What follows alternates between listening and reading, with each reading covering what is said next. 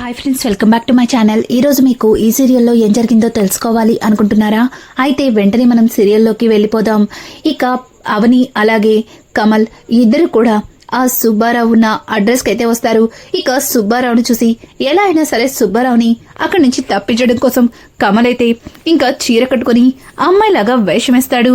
అలాగే వెళ్ళి డోర్ కొట్టడంతో ఇక రౌడీ బయటికి వచ్చి చీరలో ఉన్న కమల్ని చూసి ఒక్కసారిగా చాలా ఆనందంగా, హాయ్ సుందరి, ఒక్కసారి నీ మోహన్ చూపించవా, నువ్వు ఎంత అందగత్తెవో చూస్తాను అంటూ ఇక ఆ రౌడీ అయితే కమల్ చుట్టూ తిరుగుతాడు. ఇక కమల్ అయితే ఆ ముసుగు తీసి అతన్ని చితక్కొడతాడు. అలా రౌడీల్ని చితక్కొట్టి సుబ్బారావు అలాగే నిర్మల దగ్గరికి వెళ్లడంతో ఒక్కసారిగా వాళ్ళిద్దరూ కమల్ని చూసి షాక్ అయిపోతారు. ఏంటి, మిమ్మల్ని ఇక్కడ ఎవరో కిడ్నాప్ చేసినట్టున్నారు, పదండి వెళ్ళిపోదాం అని అంటుంటే ఇక నిర్మల, చూడు బాబు, మేము ఎక్కడికి రాము, మేము ఇక్కడే ఉంటాము, నీతో వస్తే అనవసరంగా మేము చేస్తాము అంటూ ఇంకా నిర్మల మాట్లాడుతుంటే పక్కన ఉన్న సుబ్బారావు, అదేంటి నిర్మల, డబ్బుల కోసం ఇదంతా చేశామని చెప్పవేంటి అని మాట్లాడుతూ ఉంటే ఒక్కసారిగా కమల్ షాక్ అయిపోతాడు.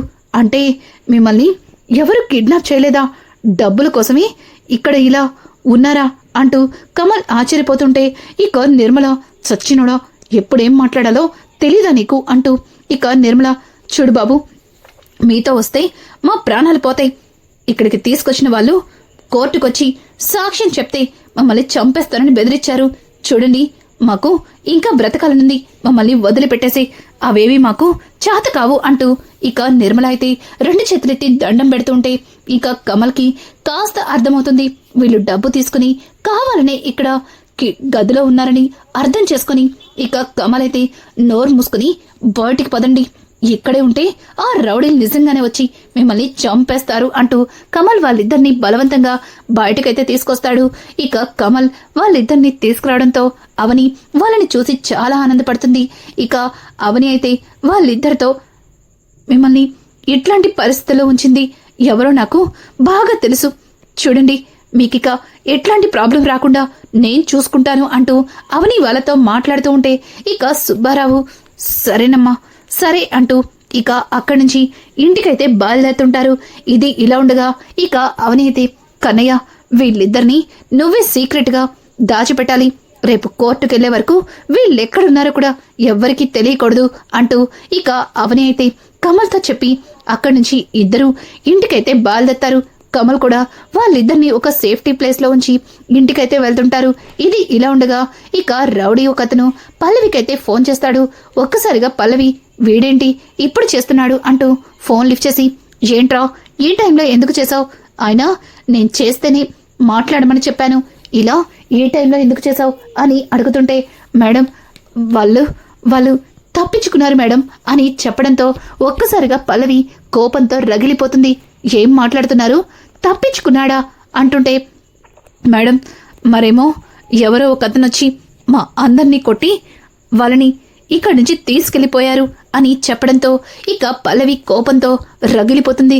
రేయ్, ఒక్కొక్కరు దున్నపోతులా ఉన్నారు, ఒక్కడిని ఆపలేకపోయారా, పైగా వాడు కొట్టి వాళ్ళిద్దరినీ తీసుకెళ్లిపోయావని ఎలా చెప్తున్నారా, అసలు ఎవరు వెళ్లారు, అసలు ఎవరు వాళ్ళిద్దరిని కాపాడారు అంటూ ఇక పల్లవి అయితే ఆలోచనలో పడుతుంది. రేయ్, వెళ్ళి వాళ్ళని వెతికి పట్టుకోండి అంటూ ఇక పల్లవి అయితే రౌడీలతో చెప్పడంతో ఇక రౌడీలు సరేనంటూ కాల్ కట్ చేస్తారు. ఇక ఇంతలో కొంతసేపటికి అవని అలాగే కమల్ అయితే అక్కడికైతే వస్తారు. ఒక్కసారిగా వాళ్ళిద్దరిని చూసిన పల్లవి, ఒకవేళ వీళ్ళే ఆ సుబ్బారావు నిర్మలని కాపాడుంటారా, లేదు అదే కనుక జరిగితే కమల్ బావా ఆవేశంగా వచ్చి ముందుగా నా మీదే తన కోపం మొత్తాన్ని చూపిస్తాడు అంటూ ఇక పల్లవి అయితే భయపడుతూనే వాళ్ళని చూస్తూ ఉంటుంది. ఇక అవని పల్లవి వైపు ఒక రకంగా చూసి నవ్వుకుంటూ, ఏంటి పల్లవి, ఇంకా నిద్రపోలేదా, ఓ కమల్ కోసం ఎదురు చూస్తున్నావా, సరే కన్నయ్య, పల్లవి నీ కోసం ఎదురు చూస్తుంది, వెళ్ళు లోపలికి అని చెప్పడంతో, ఓ సరే వదినా, ఇక ప్రశాంతంగా నిద్రపోతాను, ఎందుకంటే ఉదయాన్నే మనం కోర్టుకి వెళ్ళాలి కదా అంటూ ఇక కమల్ అయితే పల్లవి భుజం మీద చేయివేసి, పద లోపలికి వెళ్దామంటూ ఇంకా పల్లవినైతే లోపలికి తీసుకెళ్తుంటాడు. పల్లవి కమల్ వైపు అనుమానంగా చూస్తూ, బావా మీరు ఎక్కడికి వెళ్ళారు, పైగా ఈ టైంలో వస్తున్నారు, ఏం జరిగింది బావా అని అంటుంటే ఇక కమల్ అయితే అవని చెప్పినట్టు ఆ విషయాన్ని పల్లవికి చెప్పకూడదని, అదేం లేదు పల్లవి, వదిన వల్ల అమ్మగారిని చూడ్డానికి వెళ్ళాం, చూసి వస్తున్నాం అంతే అని అంటుంటే, అవునా మరి నీ ఒళ్ళంతా ఈ చెమటలేంటి బావా అని అంటుంటే, ఏయ్ నీకేమైనా పిచ్చా, ఇది ఎండాకాలం, బయట ఎండలు మండిపోతున్నాయి, మరి ఇలా కాకపోతే ఇంకెలా ఉంటాను అంటూ ఇక కమల్ అయితే మంచం మీదెక్కి నిద్రపోతుంటాడు. ఒక్కసారిగా పల్లవి వీడు చెప్పేదంతా నిజమేనా, వీడు చెప్పింది నమ్మచ్చా, ఒకవేళ వీడే ఆ నిర్మలా సుబ్బారావుని కాపాడింది వీడే అంటావా అంటూ ఇక పల్లవి అయితే కమల్ వైపు ఎగదిగ చూసి అనుమానంగా ఆలోచిస్తూ ఉంటుంది. ఇంకా అవని వచ్చేసరికి ఇక అక్షయ్ అయితే, అవని వచ్చావా, చాలాసేపటి నుంచి నీకోసమే ఎదురు చూస్తున్నాను, ఇంతకీ ఆ సుబ్బారావు దొరికాడా అని చెప్పడంతో, దొరికారండి, వాళ్ళు మన దగ్గరే సేఫ్గా ఉన్నారు అని చెప్పడంతో ఇక అక్షయ్, అమ్మయ్య, రేపు కోర్టులో వాళ్ళిద్దరినీ ఎలా తీసుకురావాలా, అత్తయ్య ఏ తప్పు చేయలేదని ఎలా నిరూపించాలని చాలా టెన్షన్ పడ్డాం.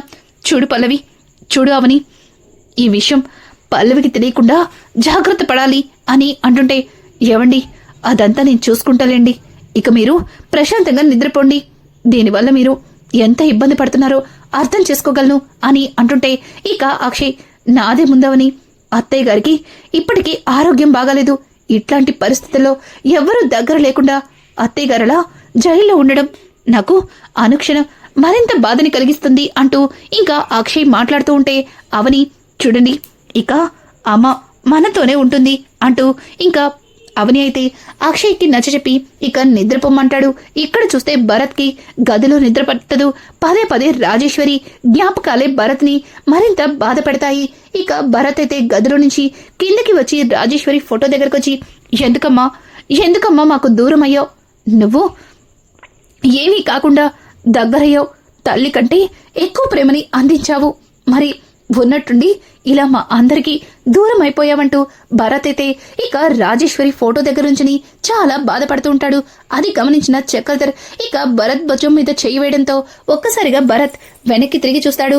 ఇక చక్రధర్ అయితే, చూడు భరత్, రాజేశ్వరి దూరమైనందుకు నువ్వెంతగానో కుమిలిపోతున్నావు, కానీ ఇలా బాధపడే కంటే రాజేశ్వరికి నచ్చినట్టుగా నువ్వు ఈ కంపెనీలన్నీ దగ్గరుండి చూసుకోవాలి అని చెప్పడంతో ఒక్కసారిగా భరత్ చక్రధర్ చేతిని దూరంగా తోసేసి, చూడు అది నువ్వు నాకు చెప్పనక్కర్లేదు, అసలు అమ్మ నా నుంచి దూరం అవడానికి కారణం నువ్వే,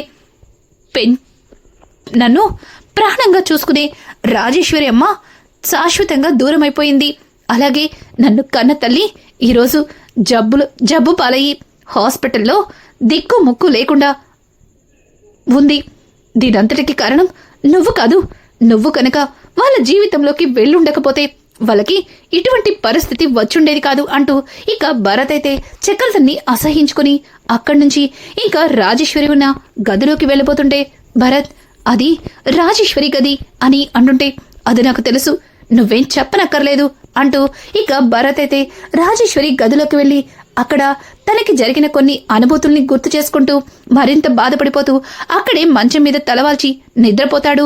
ఇక భరత్ని అటువంటి పరిస్థితిలో చూసి చక్రధర్ అయితే మరింత కుమిలిపోతాడు. నీ కన్నతల్లని తెలియకుండానే నీ నుంచి రాజేశ్వరి దూరం అయిపోయింది, తనే నీ కన్నతల్లని తెలియక నీ చేతులతో నువ్వే తనకి తలకురు పెట్టి తన ఆత్మ శాంతించేలా చేశావు. చూడు భరత్, నువ్వు ఏదైతే నమ్ముతున్నావో అదే నిజమని నమ్మితేనే మంచిది. ఇప్పుడు నీ తల్లి రాజేశ్వరి అన్న నిజం తెలిసినా కూడా ఉపయోగం లేదు, అందుకే ఈ నిజం నాలోనే సమాధైపోవాలి అంటూ ఇక చక్రధర్ అయితే తన గదిలోకి వెళ్ళిపోతాడు. ఇక ఉదయాన్నే అవని అయితే కమల్ దగ్గరకొచ్చి, కన్నయ్య అంతా ఓకే కదా, నేను చెప్పినట్టు చేశావు కదూ అని చెప్పి ఇక అవని కమల్తో మాట్లాడుతుంటే ఒక్కసారిగా పల్లవి అక్కడికైతే వస్తుంది. అసలు అవని ఏం చెప్పింది? కమల్ బావా అన్నింటికీ తల ఊపుతున్నాడంటే ఒకవేళ ఆ సుబ్బారావు నిర్మల వీళ్ళ దగ్గరే ఉన్నాడా?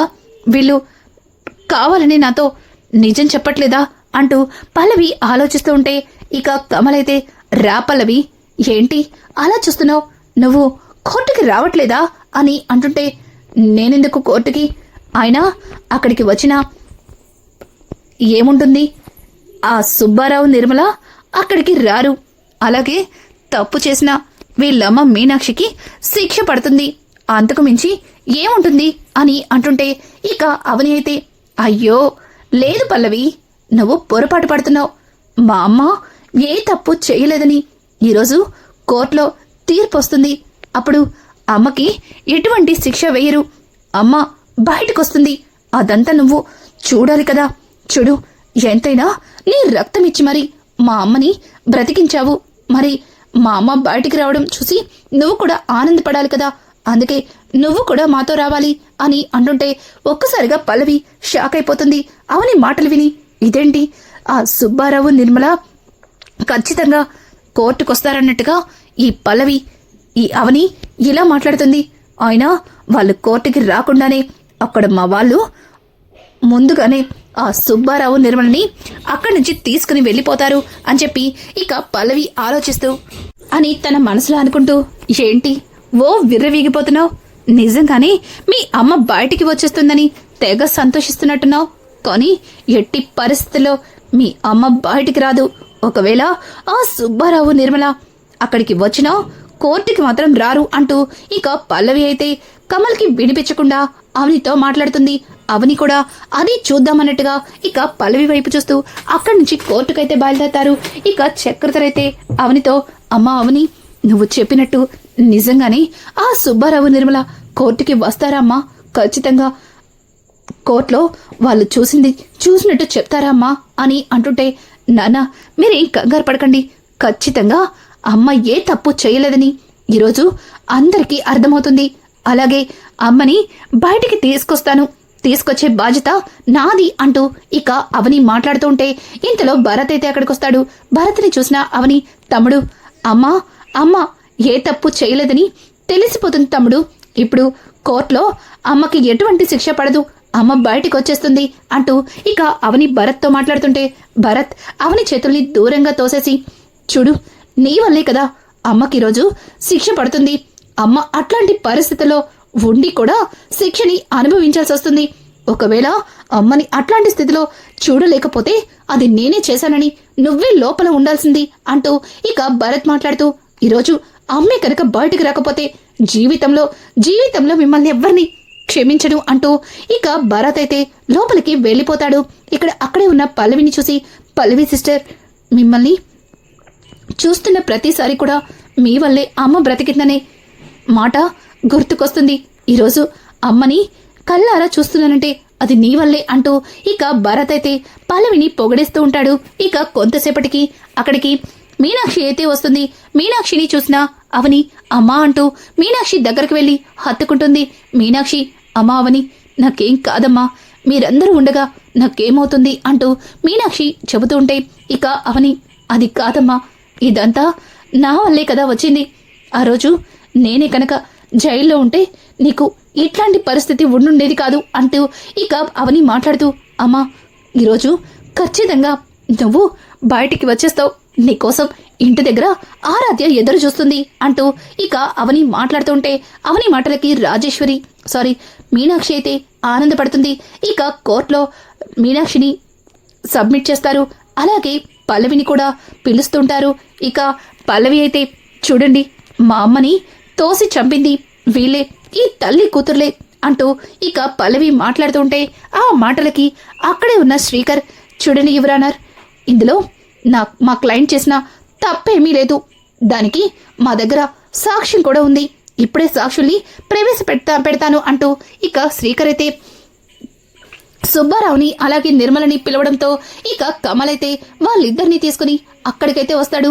ఒక్కసారిగా కమల్ని చూసిన పల్లవి షాక్ అయిపోతుంది. ఏంటి వీళ్ళిద్దరినీ తీసుకొచ్చింది వీడా అంటూ పల్లవి ఆశ్చర్యపోతుంటే ఇక సుబ్బారావు నిర్మల అక్కడికైతే వస్తారు.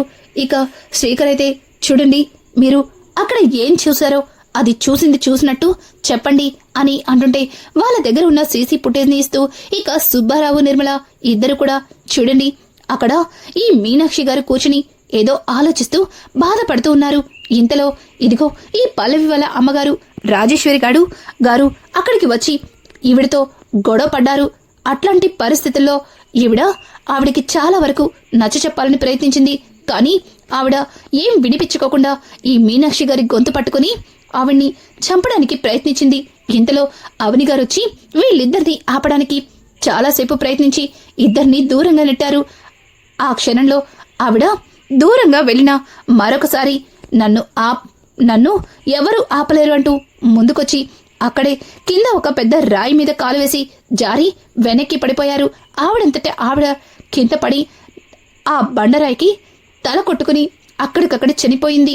ఆ క్షణాన్ని ఆవిడ్ని కాపాడాలని అక్కడికి వెళ్ళపోతుంటే మళ్ళీ ఈ కోర్టులు పోలీసులు అంటూ ఈ చుట్టూ తిరగడానికి భయపడి మేము అక్కడి నుంచి లోపలికైతే వెళ్ళిపోయామంటూ ఇక జరిగినట్టు వాళ్ళిద్దరూ కూడా కోర్టులో చెప్పడంతో ఒక్కసారిగా ఇక జడ్జి గారు చూడండి, నిజాలు తెలియకుండా అసలు కేసులో ఏ తప్పు చెయ్యని ఒక ఆరోగ్యం లేని ఆవిడ్ని తీసుకొచ్చి ఇలా ఇబ్బంది పెట్టి ఆవిడ హాస్పిటల్ పాలయ్యేలా చేసినందుకు పోలీసుల మీద కోపం చూపిస్తూ ఇలా తప్పుడు కేసు పెట్టిన పల్లవిని తిడుతూ, అలాగే పల్లవికి 1,00,000 రూపాయలు జరిమానా వేస్తూ, అలాగే మీనాక్షికి హాస్పిటల్కైనా బిల్ మొత్తాన్ని కూడా పల్లవిని పే చేయమంటారు. ఒక్కసారిగా పల్లవి షాక్ అయిపోతుంది. ఏం మాట్లాడుతున్నారు? ఆవిడ హాస్పిటల్కి బిల్లు నేను పే చేయాలా? అయినా నేను వచ్చేసరికి అక్కడ ఉన్నది వాళ్ళు మాత్రమే, అందుకే వాళ్ళే మా అమ్మని చంపారని నేను చూసిందే చెప్పాను. అంత మాత్రాన ఈవిడ హాస్పిటల్కి అయ్యే బిల్లు మొత్తం నేనెందుకు కట్టాలి అంటూ పల్లవి కోపంగా ఇక జడ్జి గారిని నిలదీస్తుంది.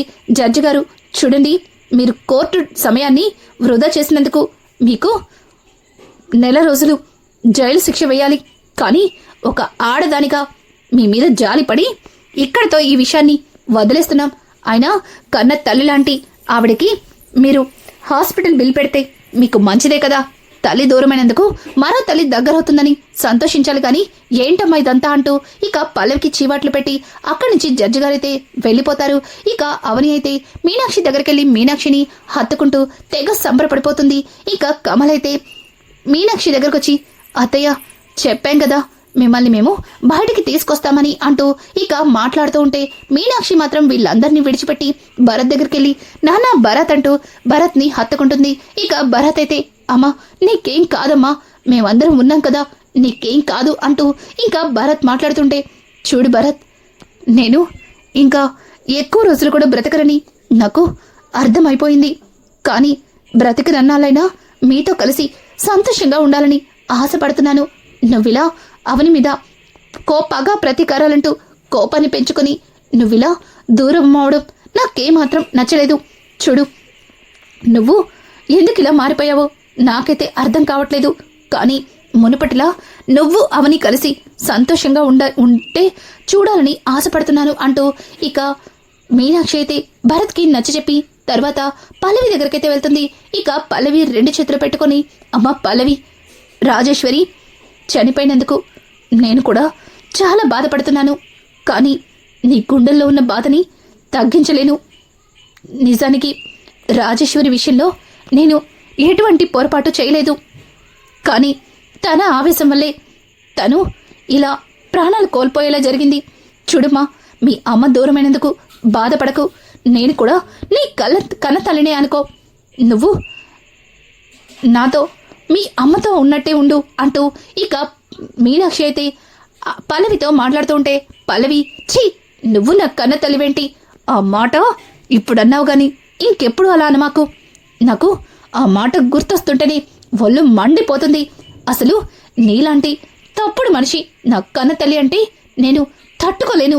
ఒకవేళ నువ్వే నా కన్న తల్లివని తెలిసినా కూడా ఇక్కడికక్కడే నా ప్రాణాలు తీసుకుని చచ్చిపోతాను అంటూ ఇక పల్లవి కోపంగా అక్కడి నుంచి వెళ్ళిపోతుంది. ఇక చక్రధర్ అయితే మీనాక్షి దగ్గరకొచ్చి చూడు మీనాక్షి, నువ్వు పల్లవి మనసుని ఎంతలా మార్చాలి అనుకున్నా తను ఎన్నటికీ మారనే మారదు. తను ఎప్పటికీ కూడా అలాగే ఉంటుంది. సరే పద ఇంటికి వెళ్దాం, మన కోసం ఆరాధ్య ఎదురు చూస్తుంది అంటూ మీనాక్షి అయితే ఇక మీనాక్షి భుజం మీద చేయివేసి ఇక చక్రధర్ అయితే అక్కడి నుంచి ఇంటికైతే తీసుకెళ్తుంటాడు. ఇంకా పల్లవి అయితే తను అనుకున్నది జరగలేదని కోపంతో రగిలిపోతుంది. ఇక రానున్న ఎపిసోడ్స్ లో ఇక పల్లవి అవని మీనాక్షిల మీద ఎలా పగ తీర్చుకోపోతుంది, ఒకవేళ మీనాక్షి తన కన్నతల్లని తెలిసినా కూడా పల్లవిలో ఎటువంటి మార్పు ఉంటుందా ఉండకపోతుందా అన్న నిజాలు మీరు తెలుసుకోవాలి అనుకుంటే మా ఛానల్ని సబ్స్క్రైబ్ చేసుకోవడం మాత్రం మర్చిపోకండి. Thanks for watching.